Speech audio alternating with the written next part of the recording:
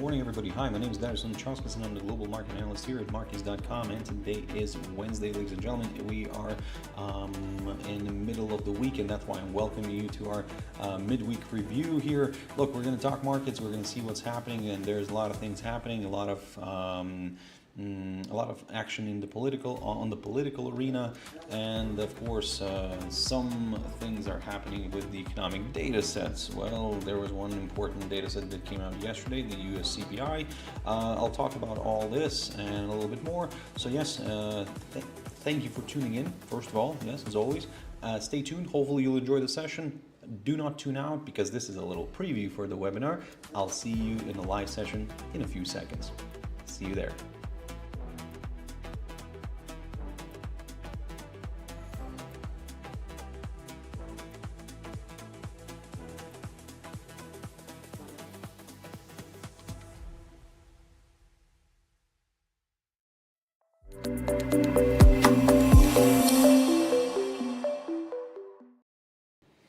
All right, ladies and gentlemen, hello and good morning. This is me, Darius Anucauskas from Markets.com, and today is Wednesday.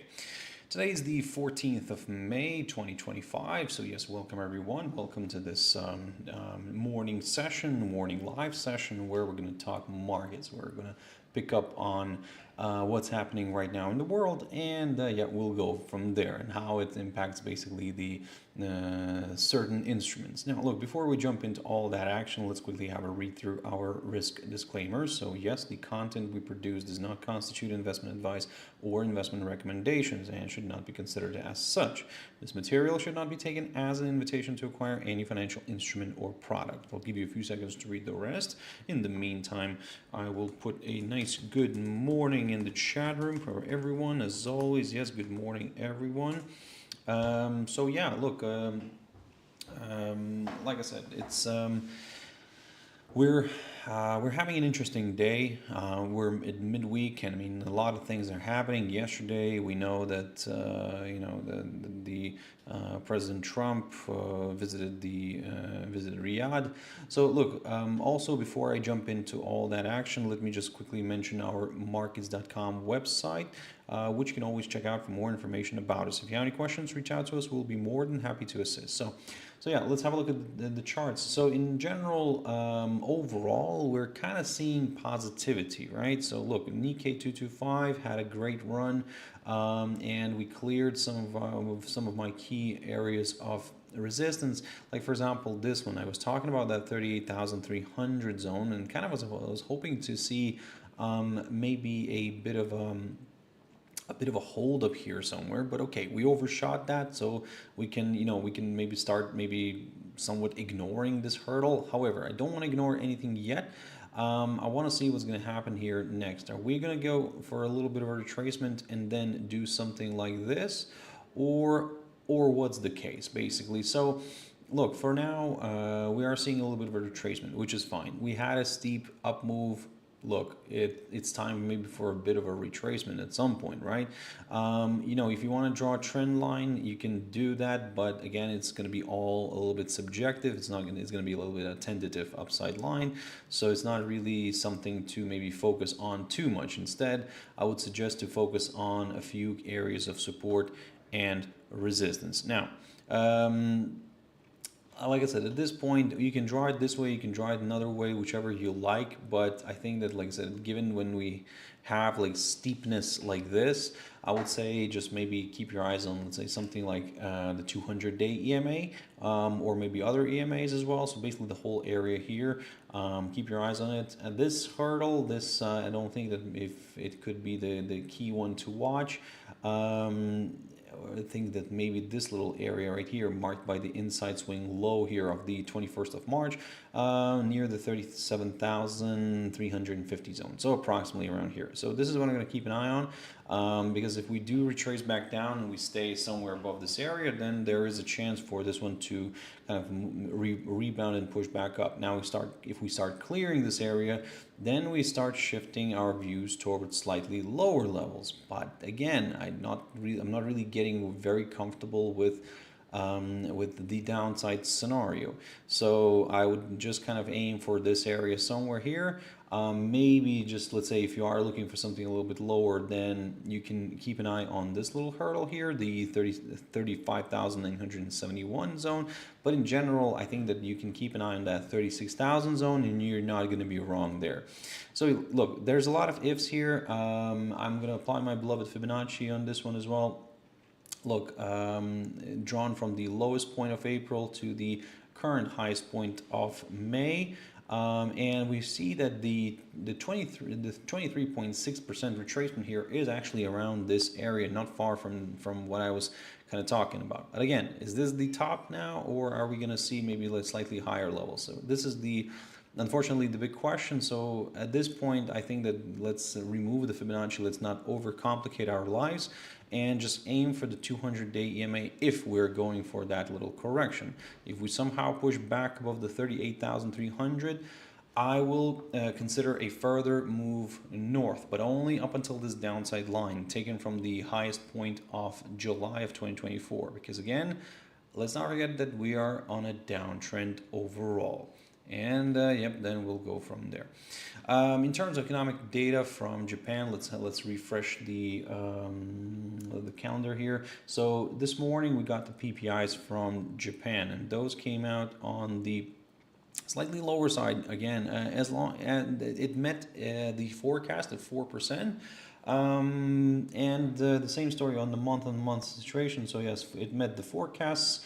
But the forecasts were already on the lower side. So yeah, we're seeing a drop a little bit in producer price index here. So, and that's why maybe we're getting that little retracement here. However, no, to be honest, I mean, this is something that I would say just be careful about. Okay, look, we're seeing a little bit of retracement. On the contrary, initially we had a retracement, then when the news came out, we did move back up. So so the opposite. Okay, look, these things happen. This is why we do this. That's why we analyze the market. We always try to find some sort of logic here.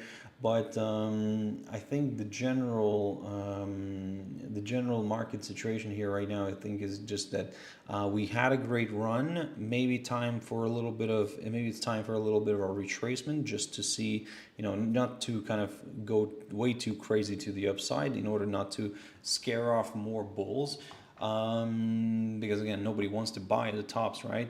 But anyway, so in terms of other Japanese data, going into Thursday, we have the foreign bond investments, nothing major here. Machine tool orders, that's something that's going to be quite interesting to see.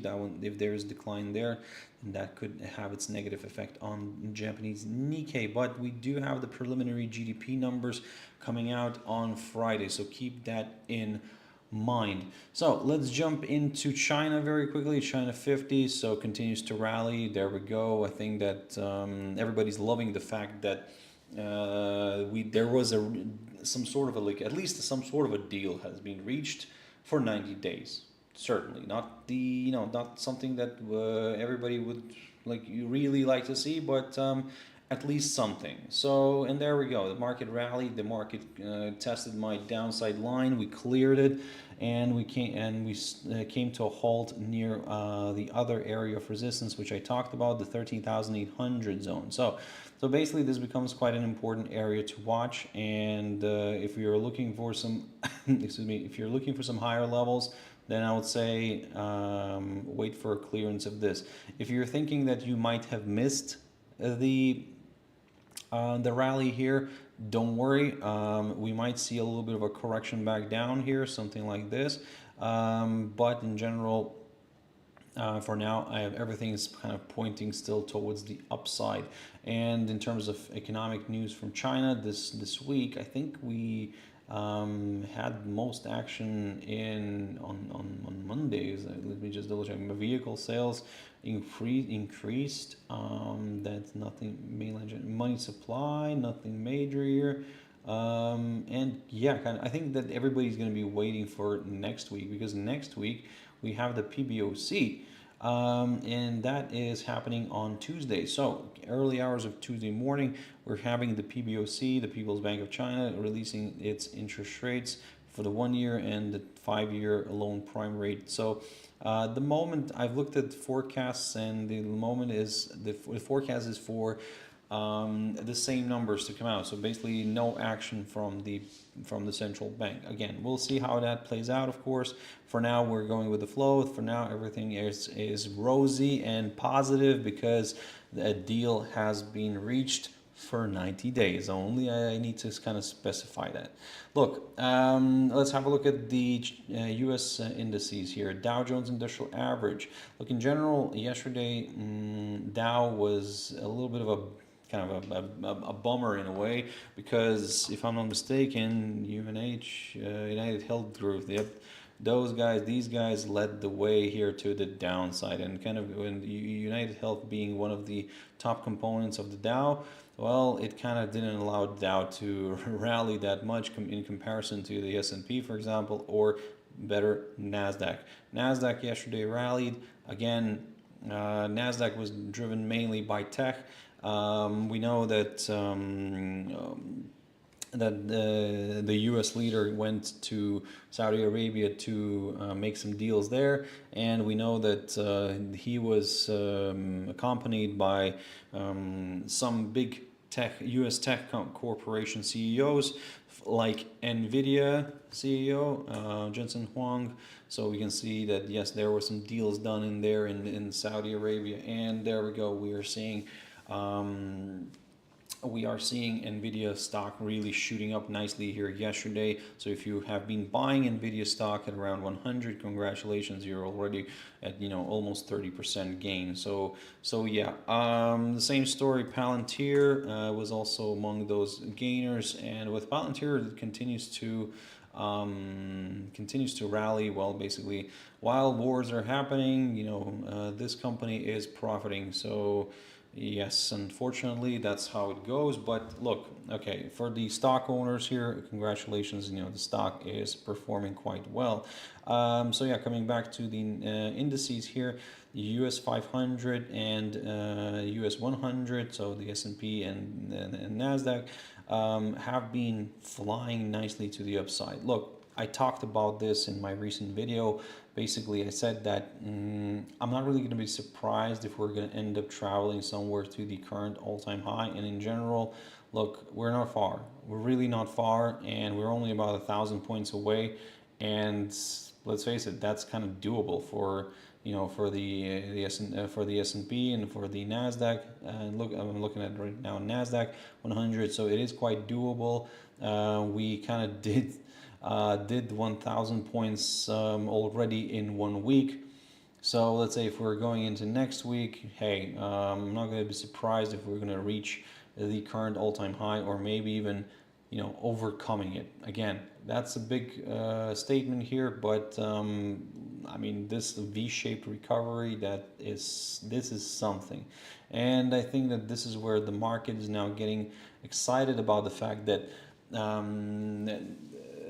that the new U.S. Leader is trying to be that came to his senses and trying to be with the market, a little bit in line with the market. And well, there we go, where we are seeing that result. Look at this, look at the V-shaped recovery. I mean, of course somebody might say, but this is what he created. Well, that's the beauty of market speculation in a way. So we saw a nice decline here.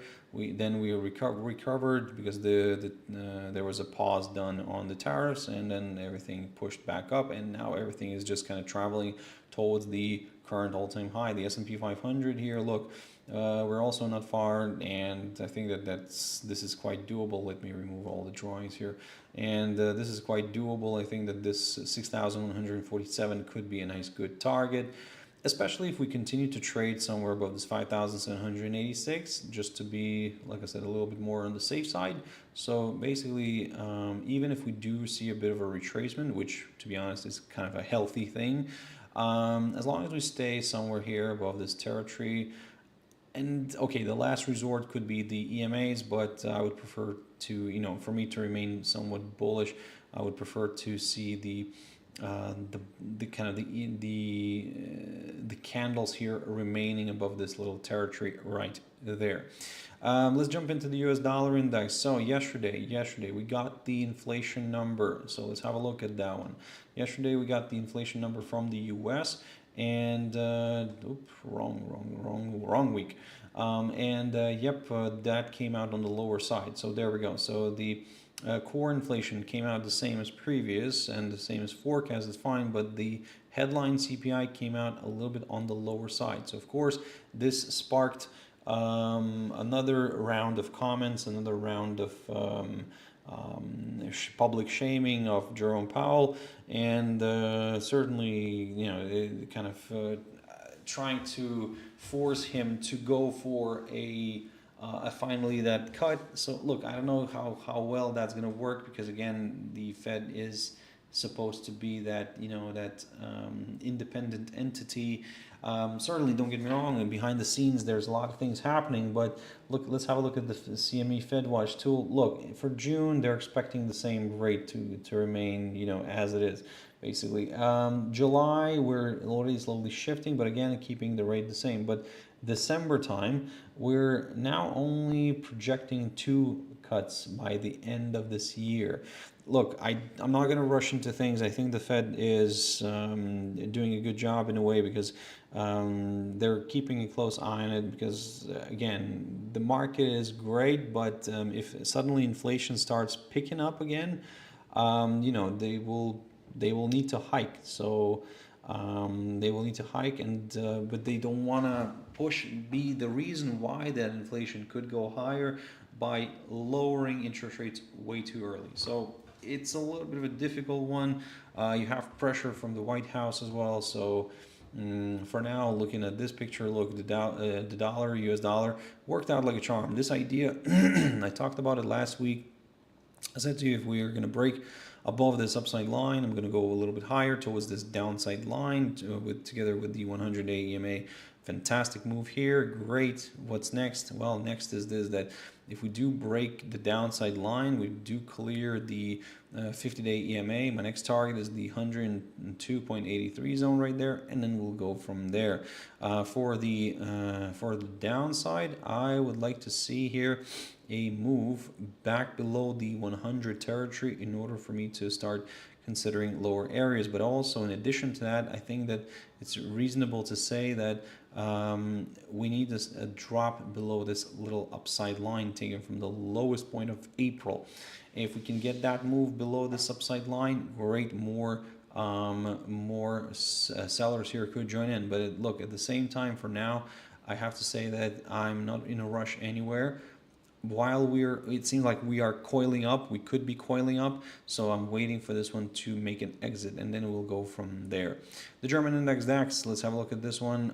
Yesterday, beautiful retracement back down. We remained above the previous all-time high here, which was reached back in March, and we remained above that territory, so everything's kind of pointing a little bit more towards the upside, if I may say. Now, is that going to be the case? Again, let's see, because at this point, whenever we enter uncharted territories, whenever we hit new all-time highs, I always just go very slowly and very carefully. I wait for a break above the current all-time high, and then I go further. So at this point, if you're not really, say, if you're looking for some sort of like an opportunity here, I would say just be careful, because if suddenly something changes in the market very quickly, then we could see the DAX, you know, drifting back down. I'm also keeping an eye on the weekly chart, because I'm really curious what kind of candle we're going to form here on the weekly. And also, most importantly, are we not going to end up traveling, let's say, and closing the weekly candle here below the previous highs here, previous all-time highs? If that's the case, if we're going to drop and stay below the 23,000 kind of 500 or 480 zone, well, this is where from where the stock market could here, the German stock market could retrace back down a little bit. Now, I do have my beloved Fibonacci extension here, because I'm trying to find some sort of logic. And again, it depends on how you want to draw this, but maybe it should be drawn this way. And basically showing me that there is a little bit of room here still left to go higher. because that becomes this dark the level that I'm watching, the 24,300 zone near the 61.8 zone. So look, a lot of ifs. Could be an interesting area for, you know, some more longs, but if it suddenly starts falling back below the highs that we saw in March, then I would say I'm going to lean a little bit more to the downside. Now let's jump into the FTSE 100 very quickly. So yes, this one's stalling. So I said to you before, to be honest, I'm not going to spend too much time on this one because again, this is stalling right now. In terms of economic data from UK, let's have a look if we do have anything major here going into Thursday already. So business inventory, GDP numbers are coming out on Thursday tomorrow. So keep that in mind.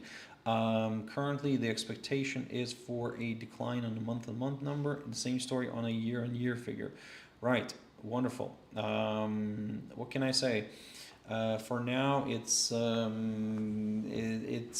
wait and see approach here. But if the numbers are a little bit on the higher side, let's say they manage to beat the forecast, we could see FTSE 100 traveling nicely higher. But again, I need the confirmation break above the 8,650 zone before examining the upside.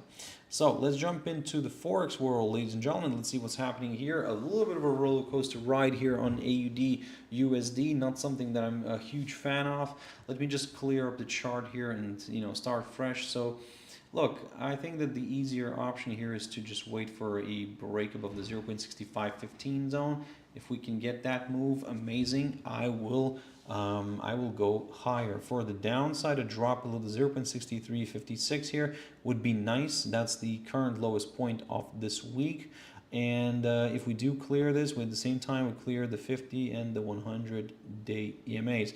But for now, I'm keeping an eye on the barrier here, the 0.6515. If that gets cleared, amazing. I'm going to go further north. AUDJPY, our risk on risk off monitor, beautiful action here. Let's you know, this is what I was talking about.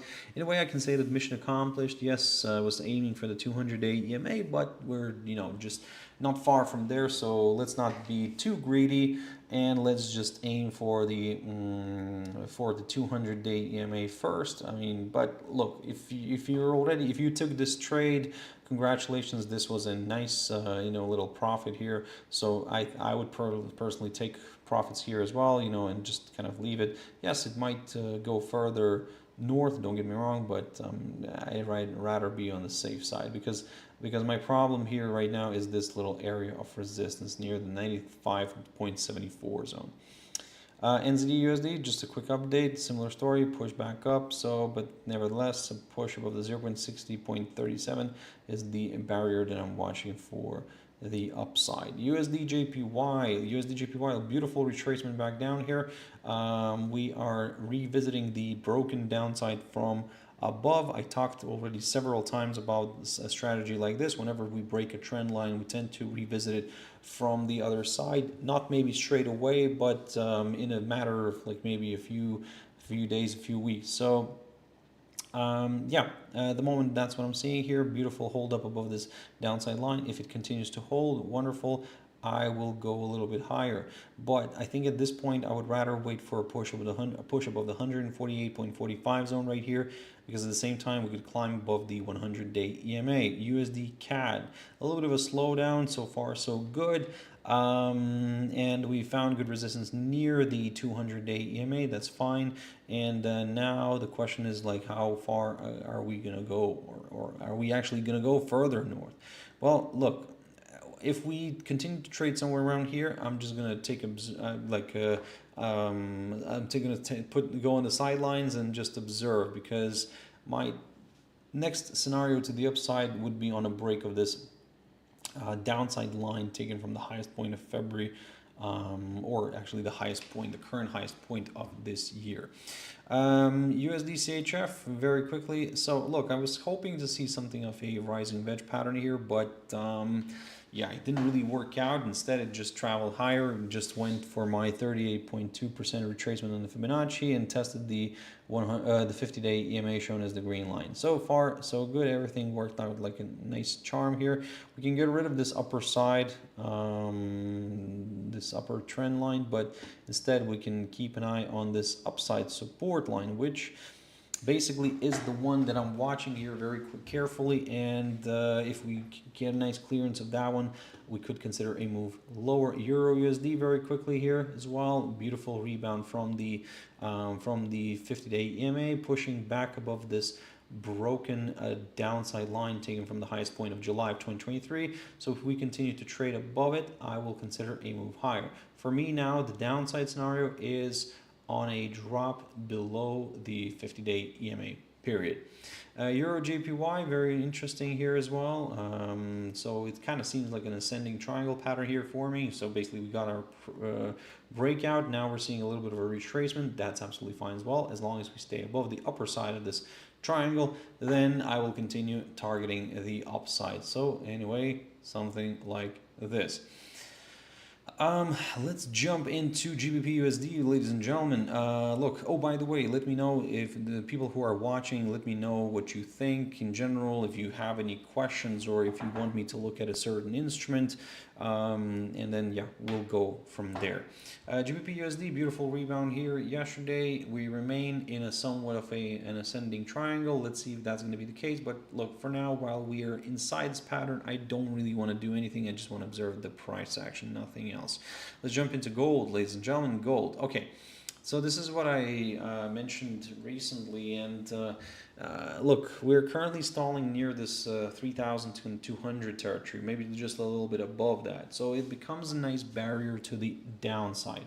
So I'm not saying that if we do break this area, the 3,200, I'm going to get a really bearish. No, but what I'm going to do is I'm going to aim the 50-day EMA initially, and maybe even this downside line, which is, it seems like kind of the lower side of the falling channel where we are currently, or could be currently. So let's keep an eye on this one. Again, we don't know. Maybe it's going to be a falling channel. Maybe it's just going to be a nice range here, or maybe we're having a descending triangle pattern here. So with the the bottom here and one tilt here, which is the upper side of the falling channel, which could be also the upper side of the descending triangle pattern. So yep, keep that in mind. So if we continue to trade above the 3,200 territory, I'm going to consider a move higher. Let's jump into silver very quickly. Silver is stuck, to be honest, but somewhat positively stuck because we remain above all my EMAs here in the daily chart. However, I need to push above the 33.24 zone in order to get a little bit more comfortable with the upside. Let's jump into oil very quickly. Oil, yeah, had a good run, tested the 50-day EMA, found resistance there, and now the question is what's going to happen next. Are we going to get a drift back down? Well, let's put it this way: if we do push above the $65 mark, then yeah, okay, I'll consider a move higher. But up until then, I'm just carefully monitoring this one because I don't want to really get way too positive yet. Natural gas drifting back down, holding here. This worked out nicely, the falling wedge pattern, and yeah, we had to move higher, but now we're keeping an eye on the EMAs right there. Coffee, my beloved coffee. Oh, I need some.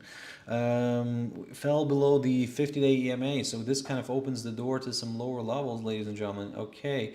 Let's see if we can reach that 100-day EMA. Wheat, have a look at wheat. If there is anything happening here major, we have a reversal, a very interesting reversal, almost I would say like an island reversal like here.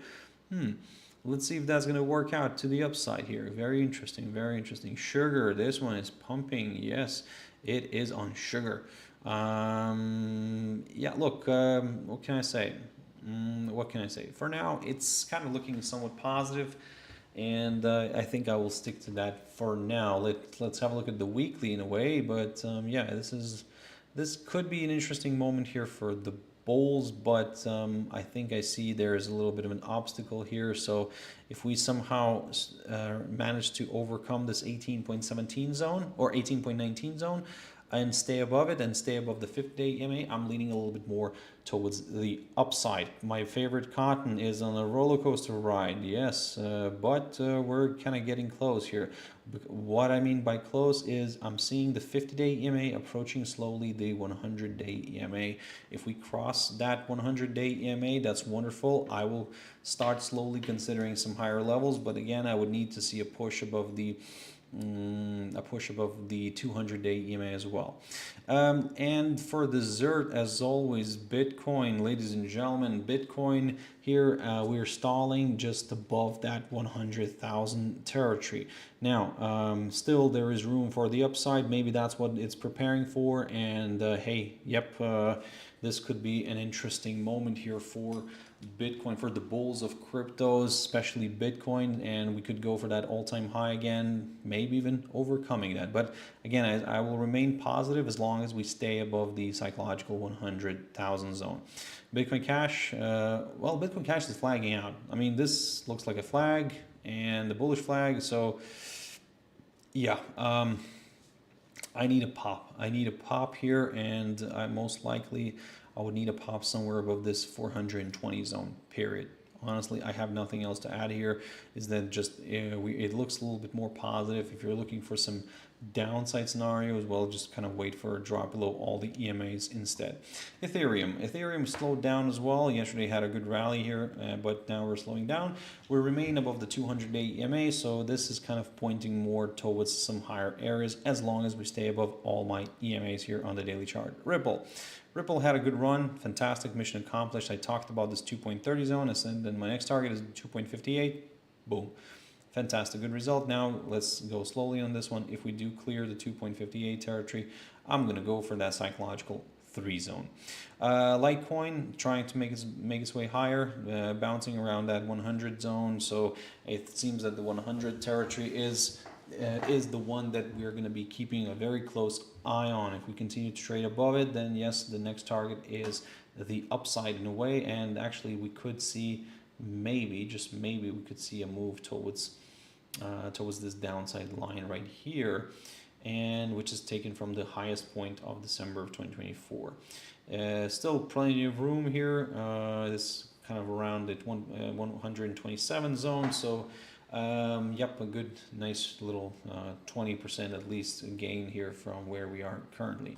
Dogecoin stuck, but nicely stuck. We're stuck above the upper side of this falling channel. If we continue to trade above this upper side of the falling channel, wonderful. I will go higher. Polkadot is back above 5, and we're back above the 200-day EMA, so everything is really pointing more towards the upside here.